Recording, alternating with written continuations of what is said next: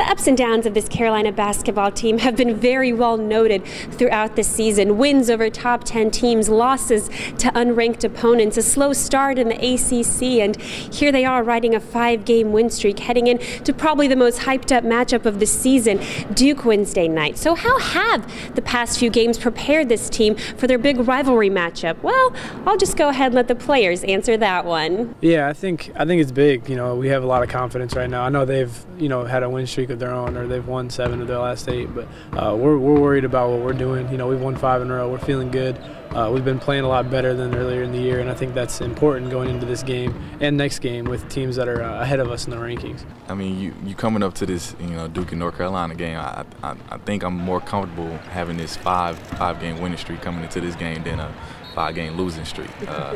Your confidence is high. We came together as a unit. We've seen what coach has been telling us about the sense of urgency, so we know what to do. So just by those wins and just by us growing, we became a little bit confident in this game. Our mood, definitely helps to win. It solves a lot of problems. It helps a lot, as far as your morale, just walking around campus or going out to dinner and stuff like that. It's a lot more happier, but it's definitely not going to really help us as far as putting the ball in the hoop or stopping them on defense. But I think we found out what can be successful. We definitely aren't really happy with where we're at right now. We want to get better and keep this thing going. So if that means having that confidence, that'll help us a little bit. That's huge. Anytime a team can go on a 5-game win streak, they have momentum, going to the next game. So we just got to use that to our advantage. But Duke's a great team, and they've had a few tough games and a couple win streaks of their own. So it's going to be an evenly matched game. The first 4 games the ACC play, there were times where we show heart, like Coach would say, but it wasn't consistent. In the last 5 games, it's definitely been consistent. So we got to make it a 6th game.